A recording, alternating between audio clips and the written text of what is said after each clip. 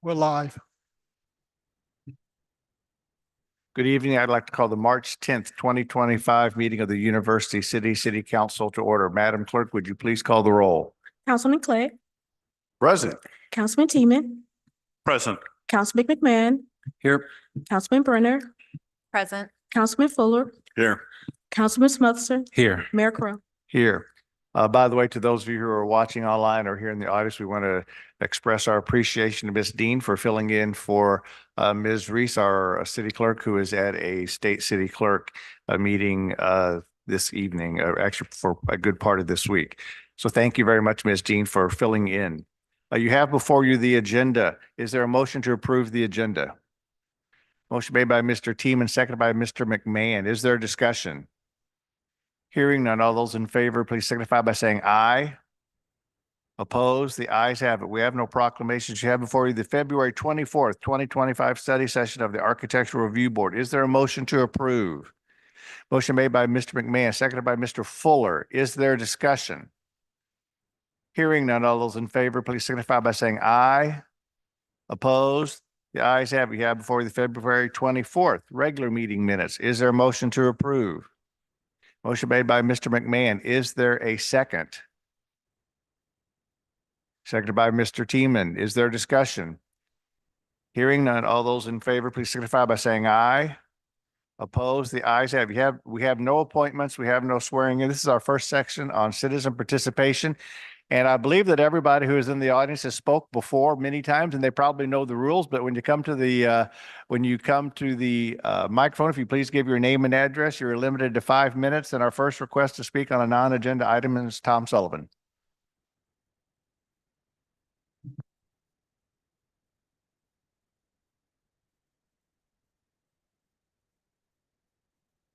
Tom Sullivan, 751 Syracuse. I attended the State of the City addresses given last week by the city manager and mayor. The talks were very nice, not especially believable, but nice. Of course, it involved a lot of pretending. University City has dropped to being a third-tier city from once being on the top tier. The way to deal with it, I suppose, is just pretend you are still a top-tier city. The school district does something similar. I was especially interested in hearing about the Third Ward revitalization. Mr. Rowe says that when you improve the Third Ward, you improve the city. True enough, but when will it be improved? Costco development was to provide funding to revitalize the Third Ward. It's 2.5 years since the store opened, and where are the results? Total number of improvements completed, 0.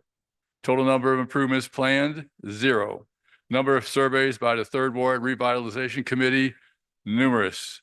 Number of meetings, unending.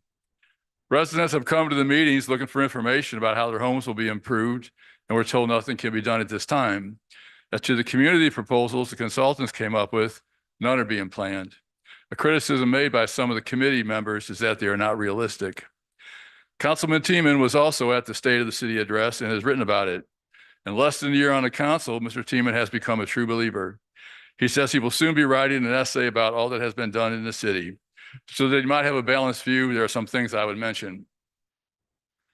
Councilman Teeman might go over to Lewis Park and see the fountain that's crumbling into the pond and a lip around the pond that's falling in.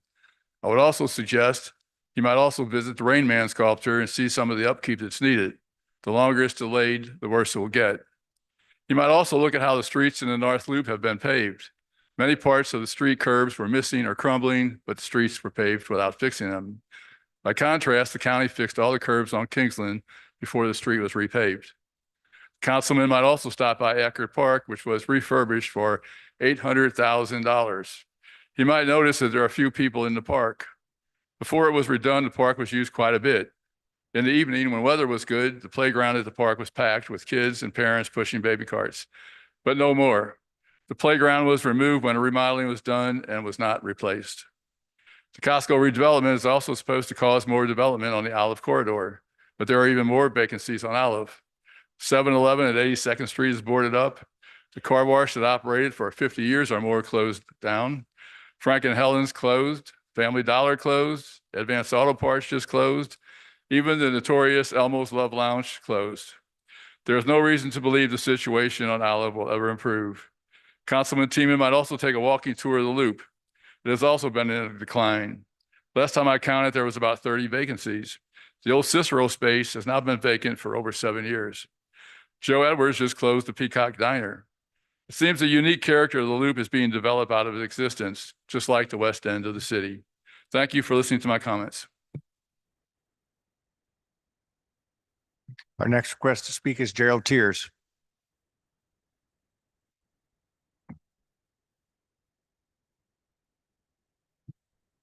Good evening, Mayor and council members. Pardon me if I take off my glasses. These are the wrong ones for viewing this piece of paper. Gerald Tiers, 7345 Chamberlain Avenue. The Housing and Ward 3 Revitalization Task Force report in the Developing a Housing Toolkit section suggests a number of forgivable loan type programs. These programs are a very good idea, but many have a fatal flaw that will make them totally ineffective as far as their intended purpose. They lack a means test. They are open to all. They're also not directed at the most needed repairs, such as code violations and similar things. I will absolutely guarantee that the absence of any means test means many people having far less need for assistance than many will apply for this program. People who really need the programs, may be shut out of them by others who got there first. The program will then fail to do what it was intended to do. For this program to have the kind of results that are needed, you'll have to put in a means test. You need to make certain that the money goes first to people who need it the most to do the repairs. Others can be served as well, but only after those least able to afford the work have been served. The program funds should also have to be applied to the most urgently needed repairs at a location first. I suggest that all applicants be required to have what I will call a no-fault housing inspection to assess the needs. This would be an inspection for code violations, for other urgent problems, but would not be used against the owners, whether or not they have the work done. Instead, it would be used only as a guide to direct the repair process, to make sure that work addresses the most urgent needs first.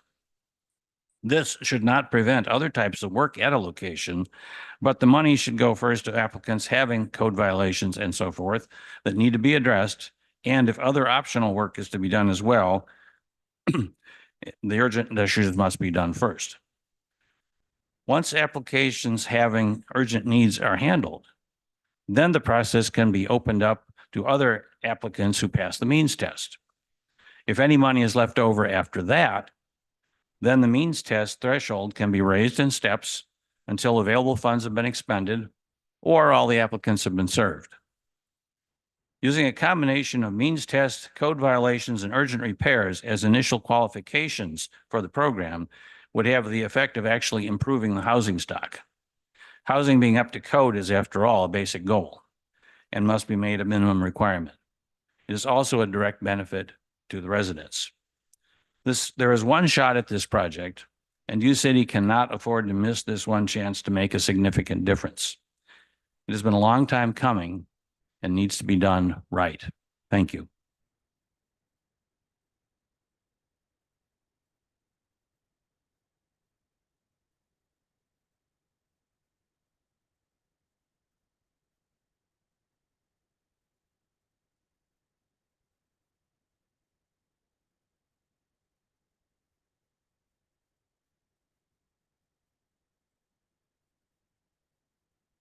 We have one more request to speak during this section of citizen participation. Ms. Jackson, if you'll come to the microphone and give your name and address. Each speaker is limited to 5 minutes.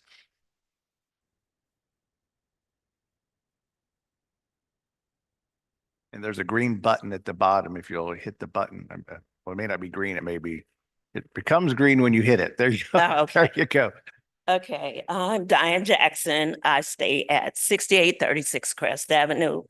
And I'm here because I'm having a problem with 3 trees, okay? I've been asking for 3 trees on my street to be cut down. Whether they did or not, they're a threat to my home and to my neighbor's home. This tree is an American sweet gum tree, and the fruit and the sap is all over the street. The balls are a danger and they're a nuisance to have them in the street because they're never completely gotten up off the street. And when the balls hit your car, they put dents in your car. Okay. Also, you all have a website that says something about acceptable trees. And the information on the website, the sweet gum is an acceptable tree, but not for that spot. It's supposed to be the tree lawn that is 3 times the diameter of the tree, and it's not. This is why it's uprooting the sidewalk, and the other tree that's in front of my house, it keeps dropping limbs in my yard. No matter if the wind blows light, heavy, or whatever, those limbs drop. My husband has to get those limbs out the yard. These are y'all trees. He shouldn't have to get them out. Okay. These trees are not our trees. They're U-City's trees, but he removes the limbs when they fall. What I really like to know is, what is the problem that you all will not cut these trees down on my street? You have cut trees down on Ferguson, Colby, Bodmer, Edsel. You've cut trees all around Crest, but you won't get to Crest.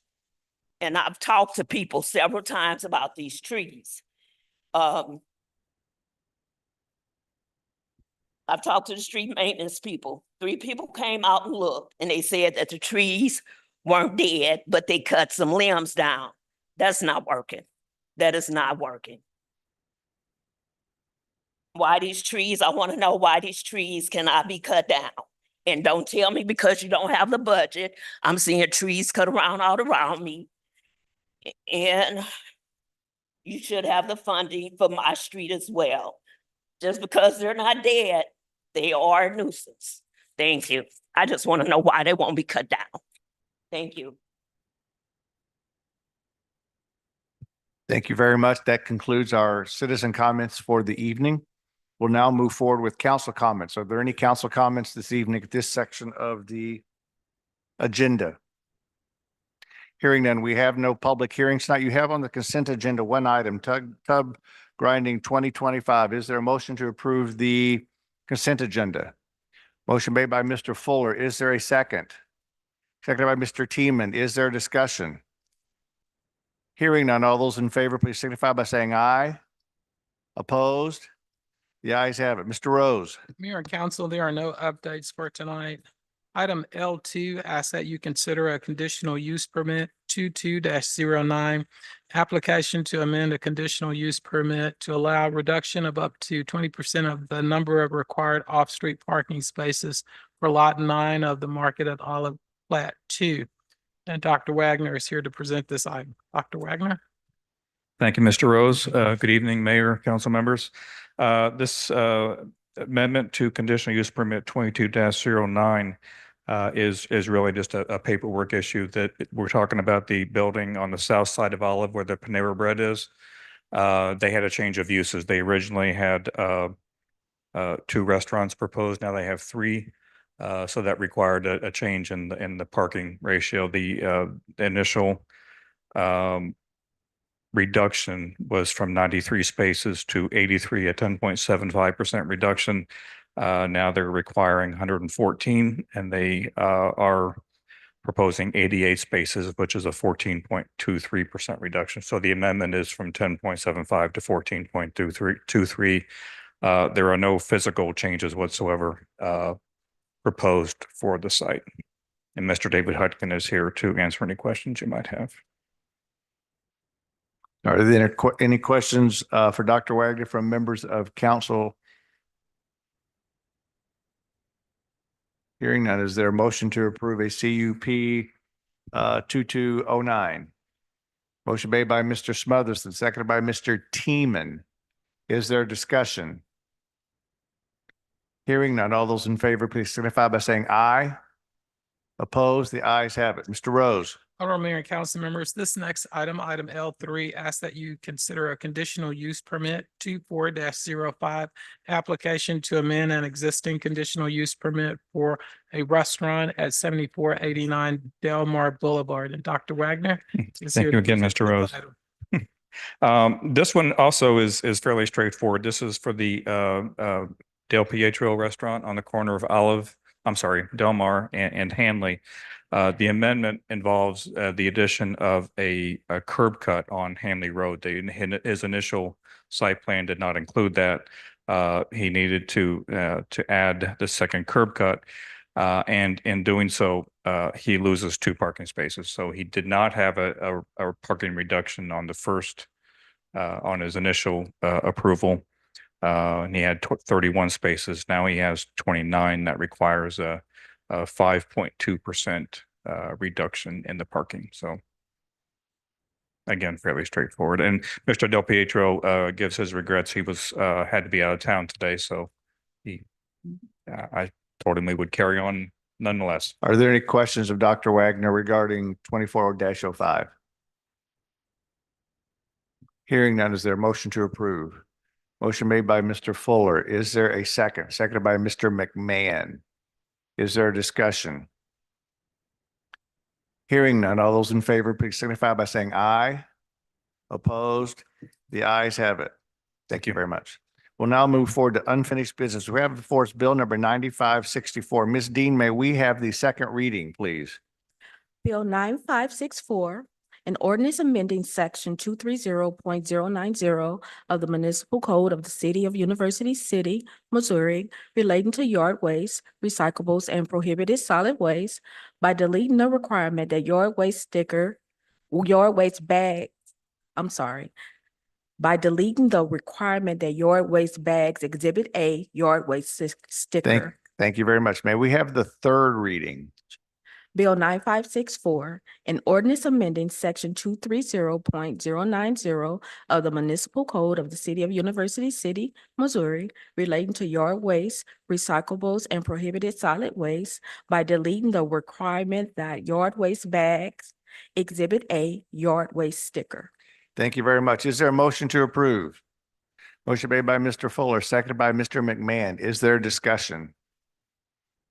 I guess the one question I have, which we're probably all going to get, is when will this go into effect? Honorable Mayor and council members, if this bill is approved, my intention is to do 2 things. One is to implement this effective immediately, which would be tomorrow morning. And secondly, to implement a buyback program for those stickers that have been purchased and have not been used. I don't know, to my colleagues, I've been on here a while. The stickers have been the bane of my existence with people complaining about them. So it'd be kind of nice to get rid of them. I'm grateful for that. And I do hope that we communicate that regularly, often, and soon to all of our residents, if in fact this passes this evening. Mr. Fuller. Thank you, Honorable Mayor. Mr. Rose, we have a vendor that I just picked up a prescription for my wife. She showed me a drawer full of these stickers. Would that buyback program include that vendor?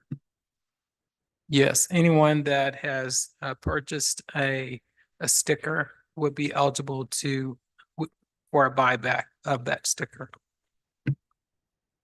Mr. McMahon. And I just wanted to clarify. So I had thought that it would be for vendors because they would have bought them in bulk and have a drawer full that they might. Is it also include residents? That would be my intention. Are there other questions? Oh, Mr. Teeman. What would be the mechanism for, do we just bring them back to the city hall, like in the same way we purchase it, or what will people do? That's exactly it. If they bring them back to City Hall, sure, Finance Director Keith Cole will work out a process where we will accept the ticket and we will make payment. I'm not sure if we will actually give cash at that time or if we will schedule to have a check issued. More than likely the latter. Mr. Clay. Thank you, Mayor Crowe. So we're talking dollar for dollar? Buyback, I mean, it's. Yes, that would be my intention.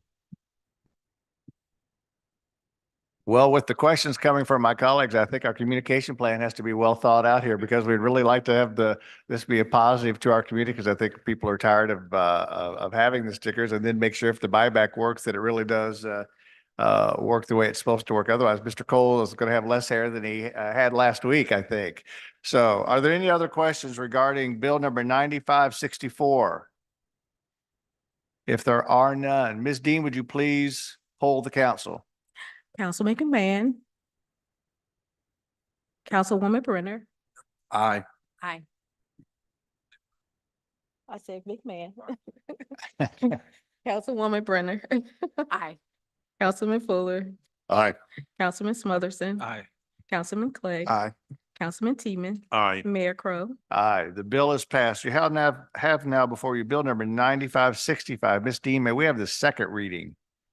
Bill 9565, an ordinance amending section 230.110 of the municipal code of the city of University City, Missouri, relating to solid waste collection fees and billing by increasing refuse collection rates on all units. Thank you. May we have the third reading? Bill 9565, an ordinance amending section 230.110 of the municipal code of the city of University City, Missouri, relating to solid waste collection fees and billing by increasing refuse collection rates on all units. Thank you very much. Is there a motion to approve? Motion made by Mr. McMahon. Is there a second? Seconded by Mr. Fuller. Is there discussion? Ms. Brenner? Councilmember Fuller had asked a question during the study session regarding whether or not it would be, if there would be thought on allowing like quarterly payments. As the fees go up, I could see it becoming more of a hardship for different people. I would ask, Mr. Cole, is our system currently able to bill on a quarterly basis?